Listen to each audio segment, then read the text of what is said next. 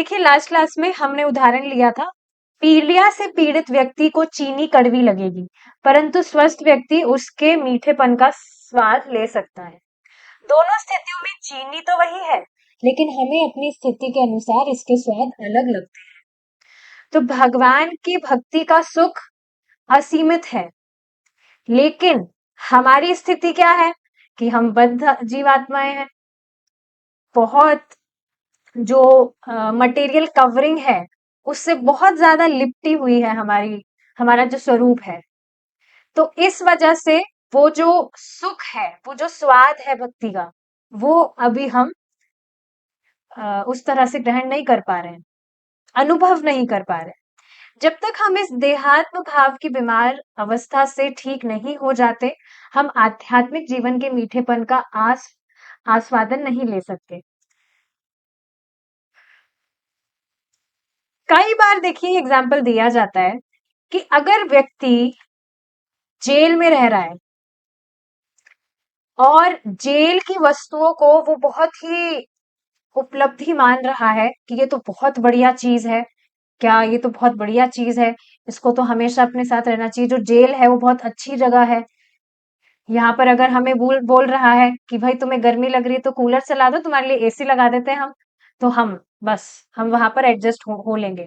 थोड़ा Thums up पिला देते हैं तुम्हें, थोड़ा कुछ खिला देते हैं, तुम खुश रहो यहाँ पर। जेल में कुछ भी व्यवस्था कैसी भी दी जाए, लेकिन फिर भी वह जेल ही होगी। तो जब तक व्यक्ति इस चेतना से ऊपर नहीं उठेगा, तब तक वो समझ ही नहीं सकता कि जेल उसके रहने की जगह नहीं है। और इससे उठा कैसे जाएगा? भगवान की भक्ति करेगा तब उसे समझ में आएगा, शास्त्र सुनेगा, भगवान के नामों का जप करेगा, तब उसे समझ में आएगा कि वास्तव में उसकी स्थिति क्या है, कैसी जगह पड़ा है वो, जो वास्तव में उसके रहने की जगह है ही नहीं।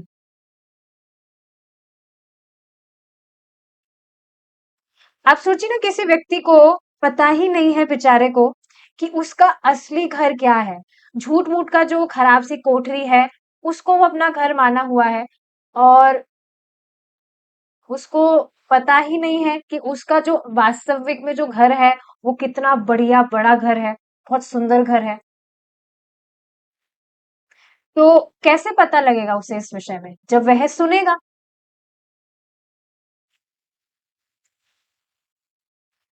वास्तव में वह हमें स्वाद में कड़वा लगेगा, और साथ ही साथ इस भौतिक जीवन के आनंद को बढ़ाने से हम अपनी बीमार स्थिति को और भी जटिल बनाते जाएंगे। टाइफाइड का रोगी ठोस भोजन नहीं खा सकता है, और यदि कोई उसके आनंद के लिए उसे ऐसा भोजन दे और वह उसे खा ले, तो वह अपनी बीमारी और अधिक जटिल बना रहा है और अपने जीवन को संकट में डाल रहा है। निकलना चाहिए बाहर उसको जेल से, कार्य ऐसे करने चाहिए, लेकिन उसको बस ये कुछ सुविधाओं के कारण लुभाया जा रहा है कि भाई तुम्हें थम्स अप मिलेगी पीने को, तुमको ये मिलेगा, तुमको वो मिलेगा, तुम यहीं रहो पर। तो वास्तव में वो बहुत ज्यादा और एनग्रॉस्ड हो रहा है। जब इस ये जो भी चकाचौंधे हैं, जो भी सारी चीजें हैं, अगर इससे प्रभावित होकर वो बस अब जेल में ही रहने का निर्णय ले रहा है, तो अपने जीवन को और संकट में ही तो डाल रहा है। ये तो एक डायमेंशन हो गया। इसके अलावा दूसरा डायमेंशन क्या हुआ, जो आज के श्लोक में हम डिस्कस करेंगे, कि व्यक्ति जितना भगवान से इतर कार्य करता है, उतना ही वह और ज्यादा इस भौतिक जगत के जाल में फंसता जाता है। अभी शाम की क्लास में, श्रीमद् भागवतम की क्लास में, बहुत ही सुंदर बात बता रहे हैं प्रभु जी कि हम जितना भगवान से इतर बोलते हैं, बोलने की बात आ रही है, जीवा ही तो है जिससे भगवान की प्राप्ति हो सकती है। इस जीव को जब हम भगवान की सेवा में लगा रहे हैं, उनका नाम उच्चारण करके, उनका यश बोलने में, तो जितनी बार हम भगवान से इतर चीजें बोल रहे हैं, उतना हमारा प्योरिफिकेशन की जगह प्यूट्रिफिकेशन हो रहा है। प्यूट्रिफिकेशन मतलब समझ रहे हैं? प्यूट्रिफिकेशन मतलब होता है सड़ना।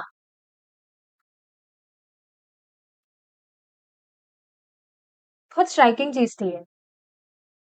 काफी सारे ऐसे पॉइंट्स थे, I was just writing down कि हाँ मुझे ये इसको जीना है, मुझे मैं बचूंगी उन सारी चीजों से, मतलब जो भगवान को प्रसन्न करने वाली नहीं है। बिल्कुल ट्राई करना चाहिए। शाम की क्लासेस में तो इतने इतने स्ट्राइकिंग पॉइंट्स प्रभु जी बताते हैं कि बस हम उनको अगर लिख ले और लाइक उसको प्रयास भी करें अगर हम फॉलो करने का, कितना जीवन परिवर्तित हो जाए। सो आई वाज जस्ट राइटिंग कि जितना हो सके भगवान से इतर बात बोलने से बचना है। और भी काफी सारी चीजें थी। यदि हम वास्तव में भौतिक अस्तित्व के दुखों से मुक्ति पाना चाहते हैं, तो हमें शरीर की आवश्यकताएं और उसके सुख कम करने होंगे। अब इसका क्या अर्थ हुआ? संयमित जीवन जीना। शरीर की आवश्यकताएं और सुख कम करने होंगे, मतलब जो ये सेंस ग्रेटिफिकेशन है, इसको कम करके संयमित जीवन जीना। पर बहुत ही इंपॉर्टेंट चीज है समझने वाली कि सिर्फ संयमित जीवन जीने से भगवान की प्राप्ति नहीं हो जाती है। काफी लोगों को आप देखेंगे कितना संयमित जीवन जीते हैं, कुछ भोग नहीं करेंगे वो भी, they will not do sense gratification. मैं प्रभुपाद जी का लेक्चर सुन रही थी आज सुबह, तो प्रभुपाद जी बता रहे थे कि हमारी जो वासनाएं हैं उसके कारण ही हम यहाँ इस भौतिक जगत में फंसे हुए हैं। तो क्या करें, वासनाओं को खत्म कर दे? वैसा हम कर ही नहीं सकते हैं। उन वासनाओं को हमें शुद्ध करने की जरूरत है। वासनाओं को खत्म करने की बात नहीं आ रही है, उनको शुद्ध करने की जरूरत है। वासनाएं किसकी नहीं होती है? जीवात्मा है, अगर उसमें इफ ही इज कॉन्शियस, जीवात्मा है तो कॉन्शियस होगा, तो वासनाएं तो होगी ही। वासनाओं का हमेशा मतलब हम मतलब समझते हैं जो भी इंद्रिय तृप्ति से रिलेटेड है, पर ऐसा नहीं है। वासनाएं मतलब डिजायर्स होती है, तो डिजायर्स जो है वो तो स्पिरिचुअल भी होती है। तो वासनाओं को खत्म करने वाली बात नहीं हो रही है। खत्म किसकी होती है? खत्म कर देना मतलब व्यक्ति पत्थर बनने का प्रयास कर रहा है, जो कि पॉसिबल है ही नहीं। तो प्रभुपाद जी यही बात बता रहे थे कि हमें हमारी वासनाओं को शुद्ध करने की जरूरत है। और वो कैसे होंगी? जब हम भगवान की सेवा में लगेंगे। कितना इजी प्रोसेस है ये, बहुत ज्यादा इजी प्रोसेस है। आज ही मैं इस पर रिफ्लेक्ट कर रही थी। आ, मतलब हमारे कोई रिश्तेदार है, तो उनसे मतलब मेरा थोड़ा फ्रैंक रिलेशन था। तो अब उन्होंने भी पहले उनको मैंने समझाया था तो वो मान नहीं रहे थे भक्ति करना चाहिए नहीं करना चाहिए, बट नाउ अपने आप वो कन्विंस हो गए, चैंटिंग कर रहे हैं। तो मैंने उनको यही बात बताई थी कि आप भक्तों के संग में आकर चैंटिंग करा करिए, आपको मतलब अच्छा होता है एसोसिएशन में ही आप, क्योंकि आगे बढ़ पाएंगे, नहीं तो फिर पॉसिबल ही नहीं है। तो बात नहीं मान रहे थे वो, तो मैंने उनको फिर बोल दिया था। तो फिर ठीक है, उन्होंने मैसेज सीन करने के बाद में कुछ रिप्लाई नहीं किया। फिर मैंने फिर से मैसेज किया कि आपको मैंने भक्तों का संगति लेने के लिए कहा था और आप तो इस तरह से भाग गए जैसे मैं आपसे कुछ कर्जा मांग रही हूँ। सो ही वाज सेइंग कि अरे आपने तो मेरी इंसल्ट ही कर दी थी, लेकिन मैं फिर भी 10 माला जप कर रहा हूँ। तो वो हियरिंग नहीं कर रहे इस वजह से ये इंसल्ट वगैरह है। तो मेरे दिमाग में चीज क्या आ रही थी, तुरंत मतलब दिमाग में ये चीज आई कि मुझे तो याद भी नहीं है कि ये इंसल्ट वाला शब्द मैंने लास्ट टाइम कब सोचा था कि उस व्यक्ति ने मेरी इंसल्ट कर दी। तो सी कितना लिबरेटिंग है ये ऑलरेडी, कि आप इस विषय में नहीं सोच रहे हैं सामने वाले ने हमारी इंसल्ट कर दी है और उस वजह से आप दुखी होकर बैठ गए। लिटरली मैं यही इसी पर विचार कर रही थी कि मुझे तो याद भी नहीं है लास्ट टाइम मैंने ये वर्ड यूज कब किया था, या मैंने फील कब किया था किसी ने मेरी इंसल्ट कर दी। कितना लिबरेटिंग है ये। You are already so much liberated, we are already so much liberated. Insult किसकी कर दी अब पूछा जाए तो, किसकी कर दी? किसको देख रहे हैं आप? शरीर की, इस शरीर की इंसल्ट कर दी जो आप है नहीं, और आत्मा की इंसल्ट कर दी तो उसको हम देख नहीं रहे। तो देखिए श्रवण करने करने का कितना प्रभाव पड़ता है, प्रैक्टिकली आप देख सकते हैं इस चीज को। So this is quite amazing. ठीक है, तो ये बात आप समझ पा रहे हैं कि केवल संयमित जीवन जीने से भगवान की प्राप्ति नहीं होती है, भगवान की भक्ति करने से, हमारी जो इंद्रिय है उनको भगवान की सेवा में लगाने से भगवान की प्राप्ति होती है।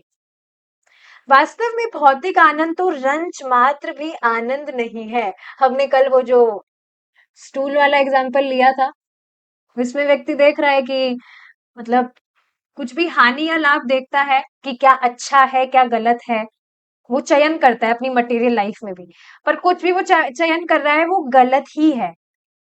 क्यों? क्योंकि वह भौतिक है। तो वही चीज यहाँ पर प्रभुपाद जी बता रहे हैं कि भौतिक आनंद तो रंच मात्र भी आनंद है ही नहीं। It is not bliss at all. वास्तविक आनंद कभी समाप्त नहीं होता है, इस वजह से वो आनंद नहीं है।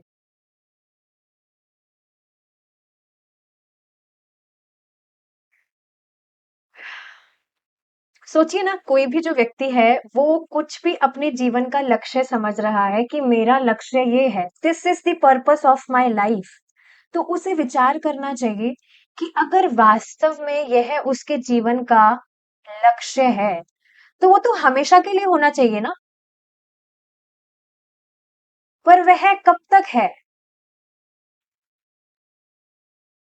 जब तक आपको मृत्यु प्राप्त नहीं हो जाती। एक और बहुत सुंदर बात प्रभु जी बता रहे थे। कोई सन्यासी थे इस्कॉन के ही, उनका नाम तो मुझे याद नहीं आ रहा है, पर विदेश से थे।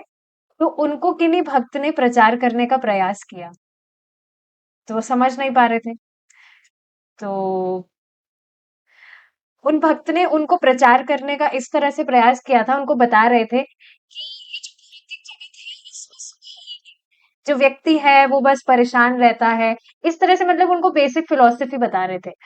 तो वो जो व्यक्ति थे, मतलब सन्यासी तो वो है पहले, मतलब नॉर्मली थे वो, तो सोचते थे अरे तुम तो पागल हो। मतलब वो जो व्यक्ति थे जिनको भक्त प्रचार कर रहे थे, he was the son of a millionaire, बहुत बहुत रिच। तो वो इस चीज से तो अग्री कर रहे थे कि मतलब मिलियनियर है तो आप समझ लीजिए कुछ भी कमी नहीं है, कुछ भी कमी नहीं है, सब कुछ हर तरह से कुछ भी वो कर सकते हैं। बट वो इस चीज से अग्री थे कि मुझे संतुष्टि प्राप्त नहीं हो रही है। तो वो भक्त उनको प्रचार करने का प्रयास कर रहे थे। तो फिर वो व्यक्ति कहे कि अरे तुम्हें सही से एंजॉय करना नहीं आता ना, इसलिए तुम ये सारी निराशा पूर्वक बातें कर रहे हो। तो फिर भक्त ने उनको एक ऐसी बात कही जो उन्हें बहुत स्ट्राइक कर गई उनको बहुत, कि ठीक है आप जो भी आनंद सोच रहे हैं कि मैं ये जो भी एंजॉयमेंट कर रहा हूं, पर वो कब तक करेंगे आप? जब तक आपको मृत्यु प्राप्त नहीं हो जाती, फिर उसके बाद में। तो ये एक बात उनको बहुत स्ट्राइक कर गई, जिससे उन्होंने कृष्ण भावनामृत ये एक्सेप्टेड दिस प्रोसेस, और फिर अब आगे जाके वो सन्यासी हो गए। तो समझना चाहिए जो भी हम बहुत अपना समझ रहे हैं कि ये बहुत बड़ी चीज है, ये मेरा पर्पस है, मुझे तो ये करना है, लेकिन कब तक करेंगे? ठीक है, तो वो तो हमेशा के लिए होना चाहिए ना।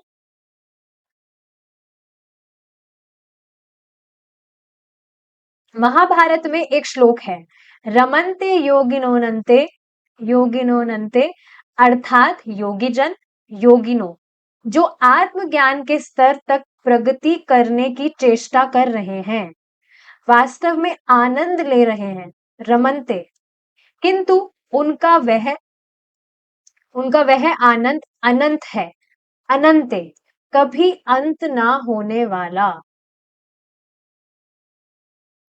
ऐसा इसलिए है ऐसा इसलिए है कि उनका आनंद परम भोक्ता राम कृष्ण के संबंध में है। तो देखिए इस पर एक और बात, ये चैतन्य चरितमृत से श्लोक, इस पर देखिए एक और बात समझने वाली है। आप सोचिए जो भी योगी जन है वो इतनी तपस्या करते हैं, इंद्रियों को संयमित करते हैं, तो अगर कोई जरा सी भी बुद्धि लगाएगा, अगर विचार करेगा, तो उसको समझ आएगा कि एन्जॉयमेंट किसको नहीं चाहिए। सभी तो एन्जॉय करना चाहते हैं। पर ये जो योगी लोग हैं, ये इस तरह से जाकर तपस्या कर रहे हैं, इतना त्याग कर रहे हैं, व्हाई? इसके पीछे का कारण क्या है? कोई पागल तो है नहीं कि इस तरह से जाएँगे और जो भी तपस्या वगैरह कर रहे हैं वो, पागल तो है नहीं वो, इज़ इट नॉट? कोई बुद्धिमान व्यक्ति होगा वो ही इस तरह से विचार कर सकता है। नहीं तो जो मतलब अब घूम रहे हैं वो तो भक्तों को तो पागल ही समझते हैं कि अपना टाइम खराब कर रहे हैं, कुछ नहीं है ये वो। पर अगर वास्तव में कोई बुद्धिमान व्यक्ति होगा, अगर विचार करे कि एन्जॉयमेंट तो सबको चाहिए, फिर ये व्यक्ति इस तरह से क्यों सीमित जीवन जी रहे हैं और दिखते भी खुश हैं बहुत।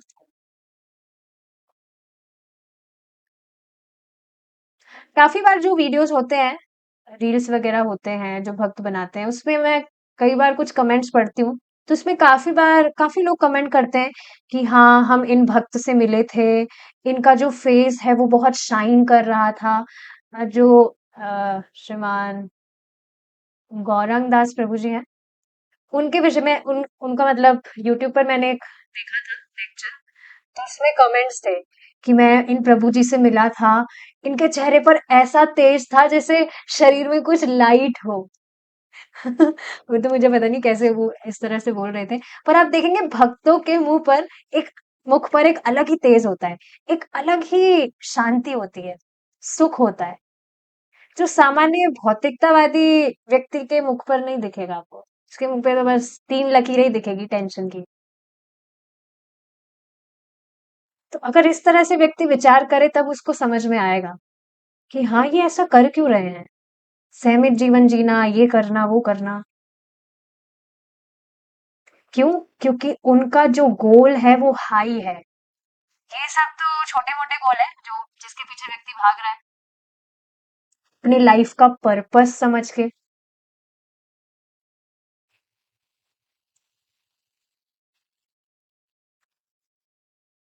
ठीक है। भगवान श्री कृष्ण वास्तविक भोक्ता है और भगवत गीता इसकी पुष्टि करती है।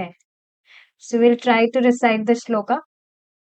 भोक्ताराम यज्ञ तपसाम सर्वलोक महेश्वरम सुहृदं सर्वभूतानां ज्ञात्वा मां शान्तिमृच्छति।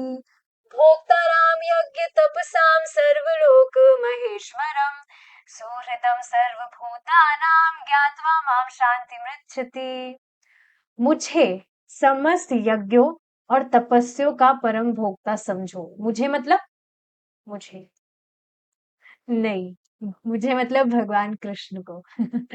मुझे मतलब भगवान कृष्ण को समस्त यज्ञों तथा तपस्याओं का परम भोक्ता, समस्त लोकों तथा देवताओं का परमेश्वर एवं समस्त जीवों का उपकारी एवं हितैषी जानकर संत महात्मा भौतिक दुखों की पीड़ा से शांति प्राप्त करते हैं।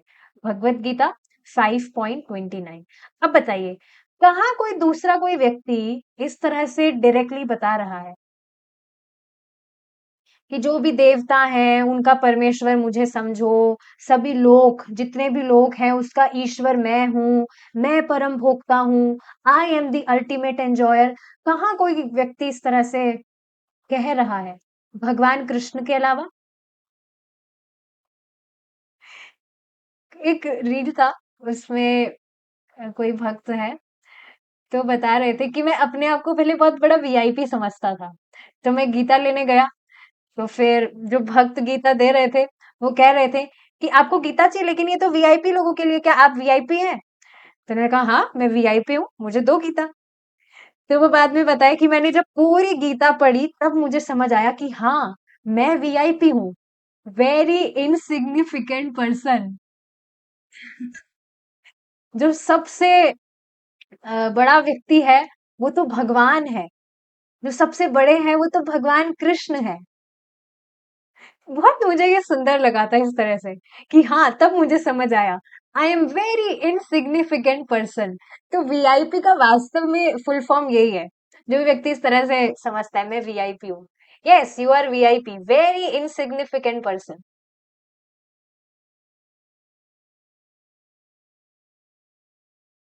देखिए गीता पढ़ना कितना जरूरी है, व्यक्ति नहीं तो अपना जीवन पूरा अंधकार में ही जी रहा है। तो देखिए बहुत ही इंटरेस्टिंग श्लोक है ये, बहुत इंटरेस्टिंग बात है। एक बात बताइए, यहाँ पर जो लास्ट लाइन बताई जा रही है, शांति प्राप्त करते हैं। तो अब एक बात बताइए, स्वरूपता तो हम शांत ही है।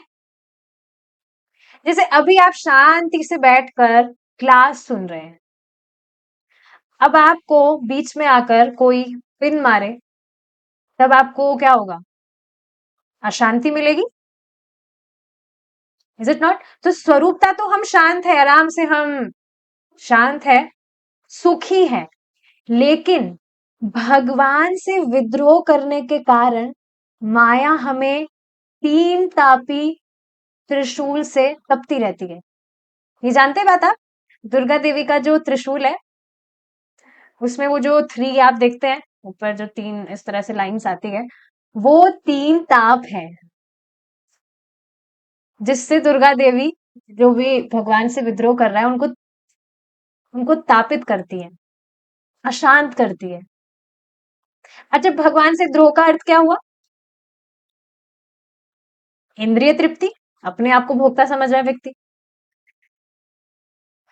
कृष्ण भूलिया जीव, अनादिर बहिर्मुख, अदेव माया दे तार संसार दुख। कृष्ण को भूल जाने के कारण, किस रूप में भूल जाने के कारण? कृष्ण को कहाँ भूले हम? हमको तो याद है, वही ना जो माखन चोरी करते हैं, और वही ना जिन्होंने अर्जुन को गीता का ज्ञान दिया था। तो देखो याद है हमें, तो कहाँ भूले हम? तो किस रूप में भूल जाने की बात हो रही है? कि वही सभी यज्ञों के भोक्ता है। ये हमें बताया जा रहा है, भोक्ता राम यज्ञ तपसा, मुझे समस्त यज्ञों तथा तपस्याओं का परम भोक्ता समझो। तो जो परम भोक्ता है, परम भोक्ता के रूप में हम भूले हुए हैं कि सभी यज्ञों के भोक्ता है, सभी तपस्याओं के भोक्ता है, सभी के पालक है, मतलब अल्टीमेट कंट्रोलर भी कृष्ण है, अल्टीमेट एंजॉयर भी कृष्ण है।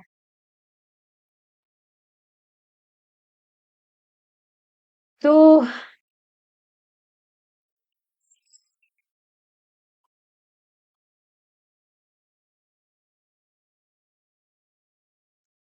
प्रभु जी बता रहे थे कि जब मतलब श्लोक एक्सप्लेन किया था कि भगवान कृष्ण ही है जो हमको देने वाले हैं, और सबसे स्वीकार भी वही करते हैं, और फल भी वही देने वाले हैं।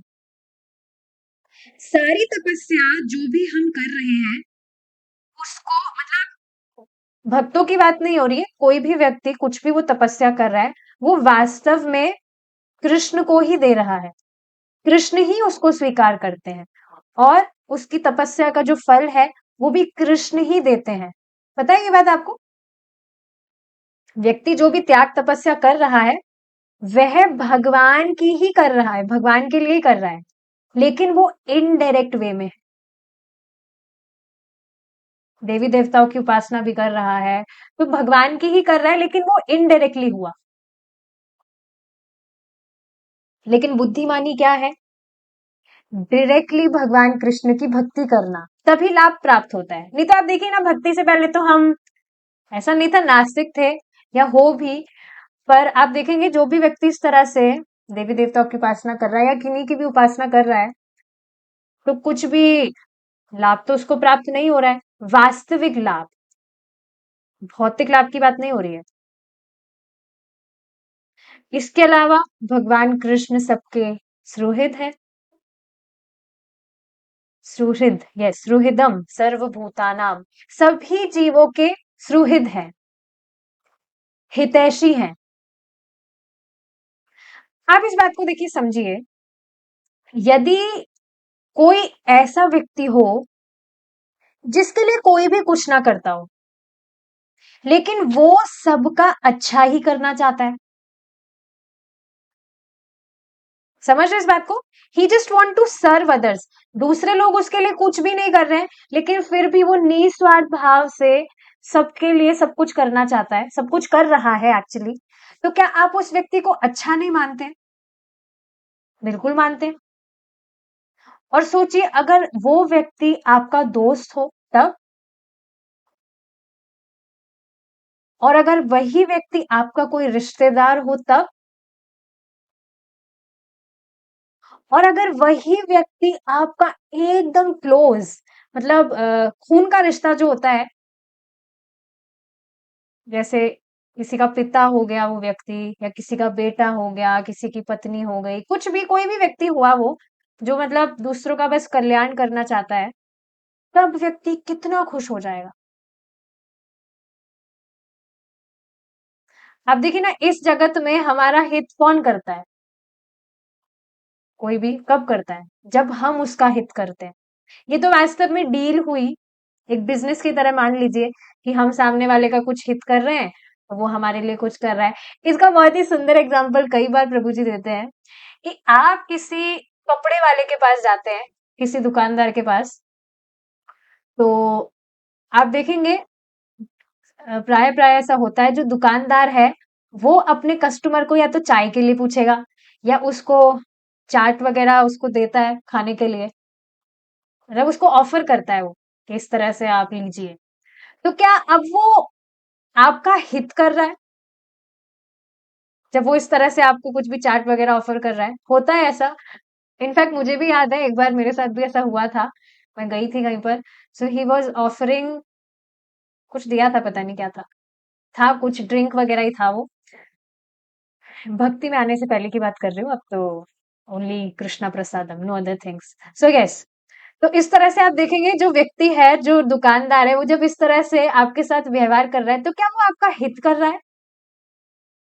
वो तो अपना हित करना चाहता है।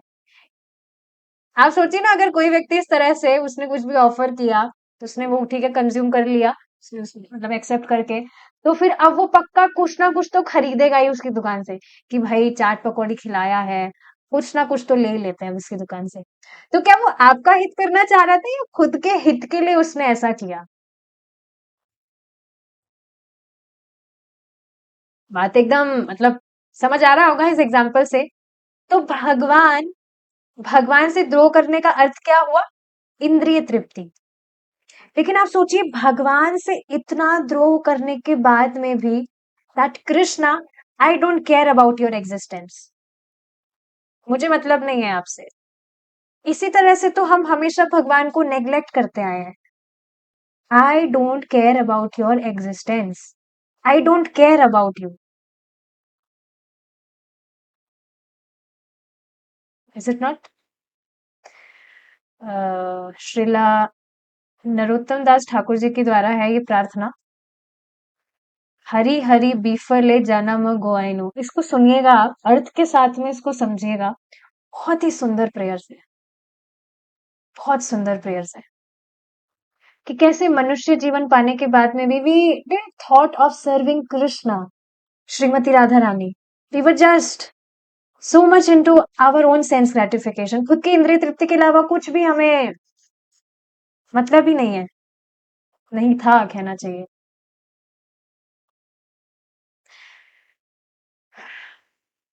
तो आप सोचिए, इतना द्रोह करने के बाद भी भगवान जगत की सृष्टि कर दे रहे हैं, भोग करने के लिए दे रहे हैं जीवों को व्यवस्था, कि ठीक है तुम करो। तो क्या ये भगवान का हितकारिता नहीं है? भगवान की हितकारिता नहीं हुई है? मतलब क्या ये भगवान का अत्यंत प्रेमी और सुशील स्वभाव नहीं हुआ? सुहृद का अर्थ अर्थ क्या है? जो जिसके हृदय में, बस आप जो, जिसके हृदय में सिर्फ आपके हित करने के विषय में ही विचार है, जिसके हृदय में आपका अच्छे करने में ही लगा हो। अब आप बताइए, ऐसे लोग देखे आपने कहीं पे? कहाँ मिलते हैं ऐसे लोग? कोई अपना खून का रिश्ता भी क्यों ना हो, उसमें भी आप देखेंगे लड़ाई झगड़े तो हो ही जाते हैं, व्यक्ति द्रोह करने लगता है। पर आप भगवान को देखिए,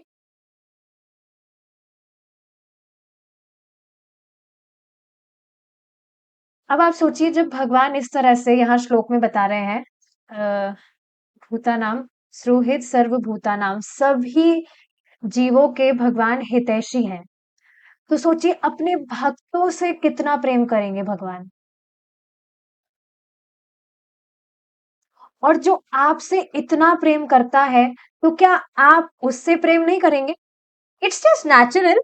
कोई भी व्यक्ति आपके प्रति थोड़ा भी प्रेम व्यक्त करता है, तो आप भी उसकी सेवा करना चाहते हैं। Is it not? कोई भी ऐसा जेंटलमैन हो, तो जेंटलमैन का अर्थ समझ रहे हैं आप? जेंटलमैन जब बोला जाता है, एटलीस्ट मेरे दिमाग में इमेज आती है, कोट पहना हुआ है, टाई लगाया हुआ है, उसकी बात नहीं हो रही है। काफी बार ऐसा मतलब सब बैठे होते हैं तो बोलते हैं ना लेडीज एंड जेंटलमैन। तो जेंटलमैन का अर्थ वो नहीं है। Gentleman means who is gentle, जो नम्र है, बहुत अच्छा व्यवहार कर रहा है। तो उसकी सेवा के लिए तो व्यक्ति उत्साहित ही रहता है। जैसे आप देखिए ना, जो भगवान के भक्त हैं, उनका कितना प्रेममय स्वभाव होता है। भक्तों से तो होता ही है, साथ ही साथ दूसरों के साथ भी कितना प्रेम से व्यवहार करते हैं। जो औरों को आप देखेंगे, प्रभु जी बहुत सुंदर बात कह रहे थे, that everyone is seeking for love. सभी को तो प्रेम चाहिए। People do not care, people do not, पता नहीं ऐसी कुछ लाइन बताई थी प्रभु जी ने, कि लोग यह नहीं देखते हैं कि आप कितना जानते हैं, लोग यह देखते हैं कि आपको कितनी परवाह है। कुछ लाइन थी वो,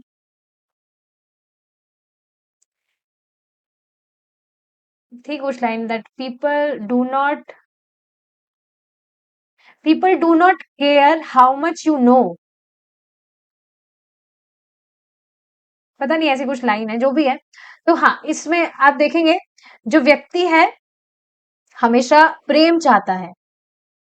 सो आप देखेंगे, आप किसी भी व्यक्ति को इस तरह से प्रेममय स्वभाव करके you can take them to Krishna. मतलब आर्टिफिशियल वाली चीज नहीं है, भक्तों का जो मतलब स्वभाव है वो ऐसा ही होता है। इस पर एक और बात मैं मुझे याद आ रही है, मैं शेयर करना चाहूंगी। जो गौरांग प्रभु जी हैं, गौरांग दास प्रभु जी, तो परम पूज्य राधानाथ स्वामी उनके गुरु महाराज हैं।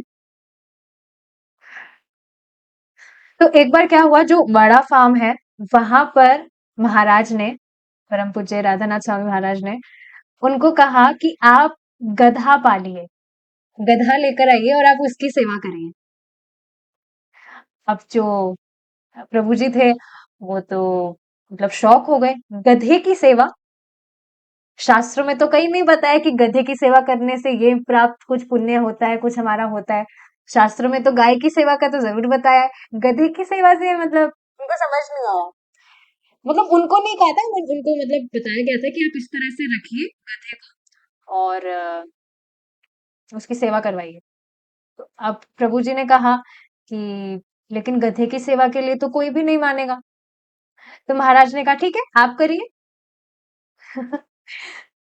तो फिर अब वो सोच में पड़ गए, बट स्टिल महाराज की आज्ञा थी। हाँ, महाराज का इस तरह से उन्होंने, महाराज ने बताया था, तो उन्होंने आज्ञा का पालन करते हुए गधे को रखा। किसी व्यक्ति को रख लिया था, मतलब उसकी सेवा के लिए। अब कहीं मतलब बाहर से ही, विदेश से कुछ लोग आए थे वहां पर विजिट करने के लिए।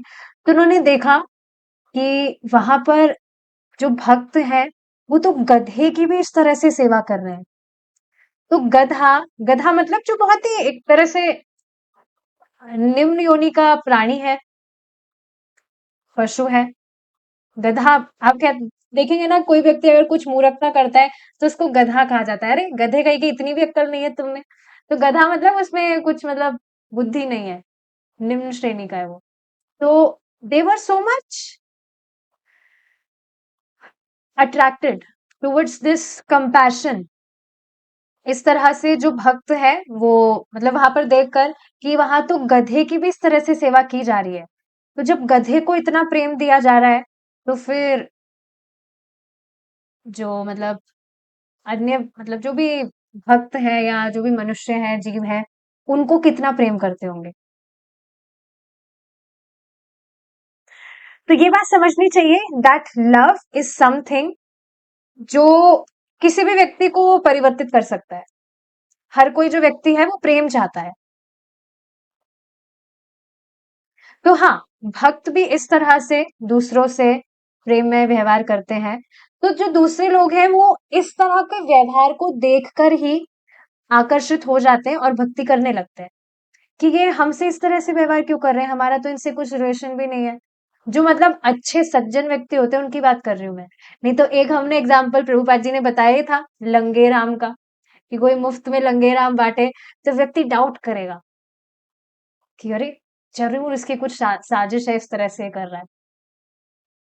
पर जो सज्जन व्यक्ति है वो इस तरह से समझेगा इस बात को। तो हाँ, अब जब जीव यह समझेगा कि भगवान कृष्ण तो मेरे प्रेमास्पद है, और जो व्यक्ति प्रेमास्पद होता है उनकी सेवा, उनकी सेवा को जो सुख है, उनकी जो सेवा का स्वरूप है वो बहुत ज्यादा सुखमय होता है। देखिए इस वजह से शास्त्र सुनना बहुत जरूरी है, क्योंकि देखिए व्यक्ति जो है अज्ञान के कारण ही तो इस तरह से इंद्रिय तृप्ति में पड़ा रहकर भगवान से विद्रोह कर रहा है। पर जब वह समझेगा कि उसके प्रेमास्पद तो भगवान कृष्ण है, कहाँ कहाँ पर वो अपनी आसक्तियां लगाया होता है, कहाँ कहाँ पर अपना प्रेम ढूंढ रहा है। देखिए प्रेम सबको करना आता है, आप ऐसा नहीं कह सकते कि हम प्रेम करना नहीं जानते हैं। लेकिन व्यक्ति कहाँ कहाँ पर अपना ये जो मतलब ये जो भी उसकी फीलिंग्स है कहाँ कहाँ पर लगाया हुआ है, और उसको जब समझ में आए कि उसके एकमात्र प्रेमास्पद तो भगवान श्री कृष्ण है, तो उनकी सेवा करेगा। जैसे आप देखेंगे जो माताएं हैं उनको अपने बच्चों से कितना प्रेम होता है, कितनी सेवा करती हैं, उनको कुछ पैसा तो नहीं मिल रहा है, बस एक अफेक्शन होता है तो उससे वो प्रेम करती हैं। पर आप देखेंगे जो माताएं हैं वो भी कभी कभी गुस्से में बोल देती है मर जाता तो अच्छा रहता, कभी कभी गुस्से में बोल देती है अगर कुछ भी बच्चा बहुत शैतानी कर रहा है या कैसे भी कुछ व्यवहार कर रहा है। और आप देखिए भगवान तो कभी भी ऐसा नहीं बोले, भगवान तो बल्कि उल्टा बोल रहे हैं कि तुम तो कभी मर ही नहीं सकते हो।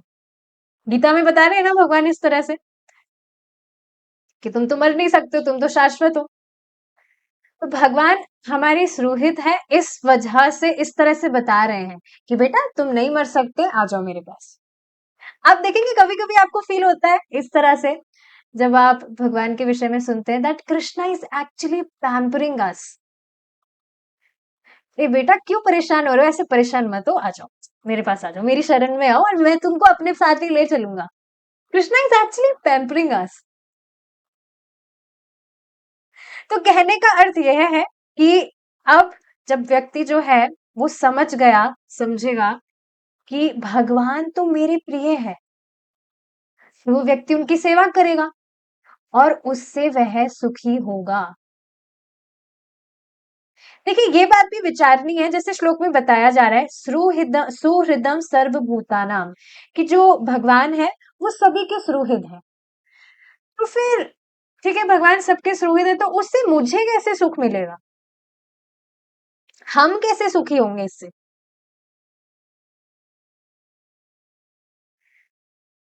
लेकिन समझना चाहिए जब इस तरह से बताया जा रहा है कि भगवान सभी के सुहृद है, मतलब सबके हितैषी है, और सब में मैं भी आता हूं। भगवान मुझसे भी प्रेम करते हैं, मेरे भी हितैषी है। तो जब मुझसे प्रेम कर रहे हैं तो फिर जब मैं उनकी सेवा करूंगा तो आप बताइए सुख मिलेगा या नहीं मिलेगा, ऑफ कोर्स मिलेगा। तो इस वजह से बार बार इस तरह से सुनने से हमें मालूम चलता है कि कृष्ण बहुत अच्छे व्यक्ति हैं, कृष्ण बहुत अच्छे व्यक्ति हैं, कृष्ण बहुत अच्छे व्यक्ति हैं। अच्छे ही नहीं है, महान भी है। महान कैसे हैं? भोक्ताराम यज्ञ तपसाम, जितने भी यज्ञ हैं तपस्याएं हैं सबके भोक्ता भगवान कृष्ण हैं। कितने बड़े हैं वास्तव में भगवान, इज इट नॉट? सर्वलोक महेश्वरम, जितने भी लोक हैं, पाताल लोक से लेकर ऊपर ब्रह्म लोक तक, सब कुछ सारे लोग भगवान के हैं। इसको भी देखिए, आप एक एग्जांपल से समझिए। जैसे सामान्यतः जगत में अगर कोई भी व्यक्ति किसी बड़े आदमी की, बड़ा आदमी मतलब कोई जो बड़े पोस्ट पर है, अगर उसकी कोई व्यक्ति सेवा करता है, जैसे पूछा जाए आपका बेटा क्या करता है, मेरा बेटा प्राइम मिनिस्टर के यहाँ पर नौकरी करता है, तो ठीक है नौकरी कर रहा है वो, लेकिन फिर भी प्राइम मिनिस्टर के यहाँ, वाह क्या बात है। या प्राइम मिनिस्टर के यहाँ पर खाना बना रहा है, कुछ भी सेवा, तो आप देखेंगे उसकी बहुत मतलब उसको बहुत माना जाएगा, क्योंकि वो इस तरह से किसी बड़े व्यक्ति की सेवा कर रहा है। तो ठीक है, यहाँ पर तो है ही सामान्यता, ये बात तो हम देखते ही हैं। लेकिन अब सोचिए अगर कहा जाए कि मेरा जो बेटा है वो इंद्र की सेवा कर रहा है, स्वर्गलोक में जो इंद्र है ना, इंद्र स्वर्गलोक के राजा, उनकी सेवा कर रहा है, तो लोग कितने सरप्राइज होंगे, क्या इंद्र की सेवा। हालांकि ये सारी बातें लोगों की रेंज की बाहर की बातें हैं, उनको तो विश्वास ही नहीं है कि स्वर्ग नरक जैसा कुछ होता भी है क्या, या ब्रह्मलोक में कुछ सेवा कर रहा है। तो आप सोचिए जब इस तरह से, ठीक है ये सारी चीजें तो ठीक है फिर भी साइड में रखिए, लोग डाइजेस्ट नहीं कर पाएंगे, पर अभी हमने जो नॉर्मल मटेरियल वर्ल्ड का एग्जांपल लिया प्राइम मिनिस्टर वाला, अब सोचिए जब भगवान कृष्ण जो सभी लोगों के स्वामी हैं, उनकी कोई व्यक्ति सेवा कर रहा है, तो वो कितनी बड़ी बात होगी।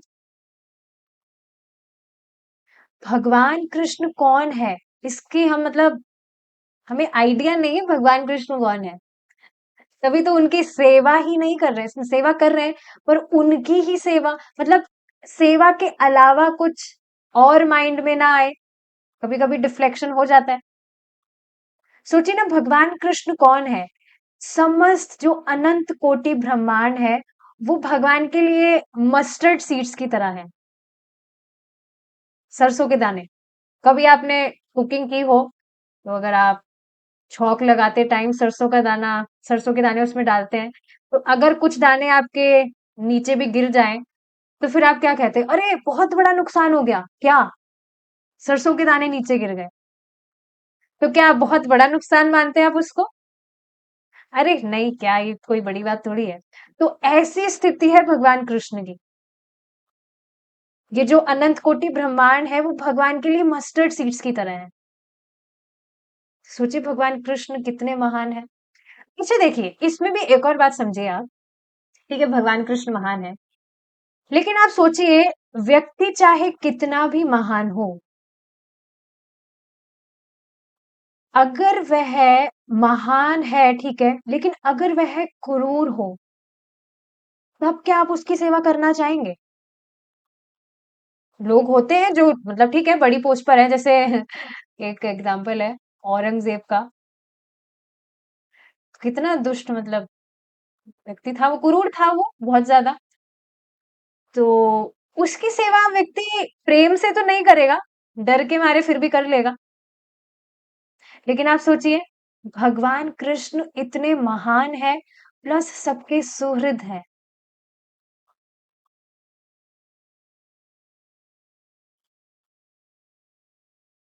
तो ये चीज है समझने वाली। सुहृद सर्वभूतानां ज्ञात्वा माम शांतिम पृच्छति, इस तरह से जो मुझे जानता है वह शांति को प्राप्त करता है। तो ये भगवत गीता के 5वें अध्याय का 29वां श्लोक है। भोग का अर्थ है आनंद, और हमारा आनंद अपनी स्थिति को भोग्य के रूप में समझने से आता है।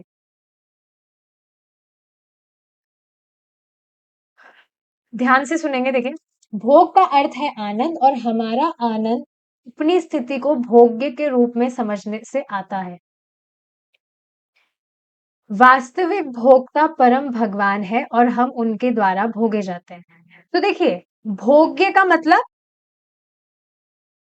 भोक्ता इज फर्स्ट पर्सन एंड भोग्य is second person. Bhokta is जो मतलब परम भोक्ता है, मतलब जो भोग रहा है, और भोग्य मतलब जो सामने वाले की सेवा करके उसको जो आनंद प्राप्त हो रहा है वह है भोग्य। तो हम हमारे आनंद की स्थिति को कैसे समझ सकते हैं? भोग्य के रूप में, क्योंकि वास्तव में जो परम भोक्ता है वह भगवान है और हम उनके द्वारा भोगे जाते हैं, मतलब हम उनकी सेवा के लिए हैं। देखिए, इसको थोड़ा और एक्सपेंड किया जाए तो क्या प्रभुपाद जी बता रहे हैं, इस संबंध का एक उदाहरण भौतिक संसार में पति और पत्नी के बीच पाया जा सकता है। पति भोक्ता है अर्थात पुरुष है और पत्नी भोग्या अर्थात प्रकृति है। प्रिय शब्द का अर्थ है स्त्री। पुरुष या आत्मा भोक्ता है और प्रकृति भोग का विषय है, किंतु आनंद पति और पत्नी दोनों ही लेते हैं। जब वास्तव में आनंद होता है तब ऐसी कोई भिन्नता नहीं रहती कि पति अधिक आनंद ले रहा है या पत्नी कम आनंद ले रही है। यद्यपि पुरुष भोगने वाला है और स्त्री भोग्या है, परंतु जब आनंद आता है तब कोई भिन्नता नहीं रहती है। इसको देखिए एक और एग्जांपल से समझिए। जैसे आपके घर में कोई मेहमान आया,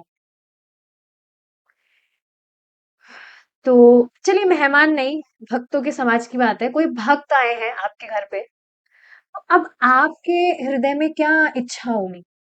एक बहुत सुंदर प्रसाद, ऑफ कोर्स भगवान के लिए बनाया है, और बहुत सुंदर प्रसाद हम उन भक्त को दें जिससे वे संतुष्ट हो जाए।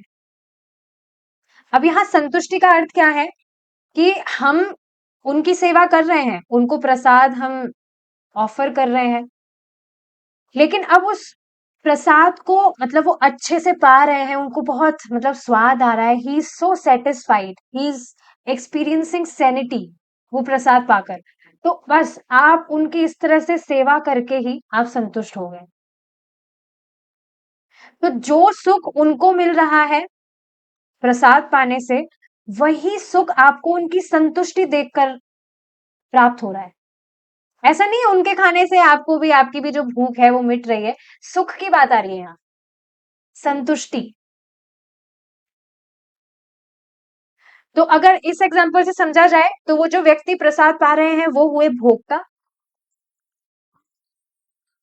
तो सेवा हम करके उनकी संतुष्टि को देखकर वो भोग रहे हैं, मतलब एग्जाम्पल से मैं समझा रही हूँ, ट्राई करिए समझने का। ही इज कंज्यूमिंग प्रसादम और उनकी संतुष्टि को देखकर हम भोग्य, हम भी बहुत संतुष्ट हो रहे हैं। व्यापक दृष्टि से देखने से कोई भी जीव भोक्ता नहीं है। भोक्ता नहीं होने के कारण सफर कर रहा है, अपने आप भोक्ता है नहीं, लेकिन भोक्ता समझ रहा है और इस तरह से इंद्रिय तृप्ति कर रहा है, इस वजह से वह सफर कर रहा है। आप देखिए ना, जितने भी बाहर खाने पीने की अगर बात की जाए, कितने जो भी रेस्टोरेंट्स वगैरह है, वहां पर बस व्यक्ति अपने आप को संतुष्ट करने में लगा है। ये बात मुझे सबसे ज्यादा स्ट्राइक कब की थी, अभी कुछ महीनों पहली बात है, कहीं जाना मतलब गई थी मैं, तो मैं देख रही थी बहुत सारे स्टॉल्स लगे थे रास्ते में, तो सब बस वहां बिजी है खाने में। तो बस ये थॉट मेरे दिमाग में आ रहा था कि यहाँ किसी भी व्यक्ति के दिमाग में ये चीज नहीं है कि भोगता हम नहीं है, मतलब हम एंजॉयर नहीं है, पर फिर भी व्यक्ति यहाँ एंजॉय करने का प्रयास कर रहा है। एंजॉयमेंट उसको मिल नहीं रहा है, बस वो मान रहा है आई एम एंजॉइंग, पर उसके दिमाग में ये चीज नहीं आ रही कि हमें भगवान को देना चाहिए, वो बस खुद भोगना चाहते हैं। Of course we were also like this, पर भक्ति करनी चाहिए, शास्त्र सुनना चाहिए व्यक्ति को, नहीं तो बस उसका जीवन अंधकार में ही बीत रहा है। भगवान अनेक अंशों में विस्तारित हुए और हम उन्हीं में से एक अंश हैं। भगवान एक और अद्वितीय है, एक और अद्वितीय है, उनके जैसा कोई दूसरा नहीं है, परंतु उन्होंने आनंद की अनुभूति के लिए अनेक रूपों में विस्तारित होने की इच्छा की। हमें अनुभव है कि एक कमरे में अकेले बैठे हमें अनुभव है कि एक कमरे में अकेले बैठे अपने आप से बातें करने से बहुत कम या कुछ भी आनंद नहीं मिलता। लेकिन यदि कमरे में 5 व्यक्ति उपस्थित हो तो हमारा आनंद बढ़ जाता है। और यदि हम अनेक व्यक्तियों के समक्ष भगवान कृष्ण की चर्चा कर सके तो हमारा आनंद और भी बढ़ जाता है। ये चीज तो आप देख ही रहे हैं। आप देखेंगे कि हम सबकी प्लानिंग इस तरह से हो गई है, मतलब जो भक्त हैं वो इस तरह से वेट करते होंगे कि बस अब सोना है, कब सुबह जल्दी होगी, भक्तों का संग मिलेगा, संग में चैंटिंग करेंगे, बस अब कब क्लास का टाइम होगा, भक्तों के संग में आराम से बैठकर क्लास सुनेंगे। Is it not? तो यहाँ पर यही बात बताने का प्रयास किया जा रहा है कि जो आनंद है वह अकेले में नहीं मिलता है। आनंद का अर्थ है विविधता। भगवान अपने आनंद के लिए, विविधता मतलब वैरायटी, भगवान अपने आनंद के लिए अनेक में विस्तारित हुए और इस प्रकार हमारी स्थिति उन्हें आनंद देने वाले की है। समझ पा रहे हैं हमारी पोजीशन क्या है? हमारी स्थिति है कि हम भगवान को आनंद दें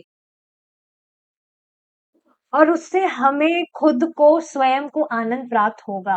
और अगर हम डायरेक्टली आनंद पाने का प्रयास करते हैं तो वो पॉसिबल है ही नहीं, क्योंकि वो हमारी स्थिति ही नहीं है। Our constitutional state is that we give pleasure to Krishna. हम भगवान के सुख के लिए जो भी हम कर रहे हैं भगवान के सुख के लिए करें, भगवान की संतुष्टि के लिए करें। यही हमारा वैधानिक स्वरूप है और यही हमारे सृजन होने का उद्देश्य है। इसीलिए तो हमारी सृष्टि है, सृजन इसलिए हुआ है हमारा कि हम भगवान को सुख दें।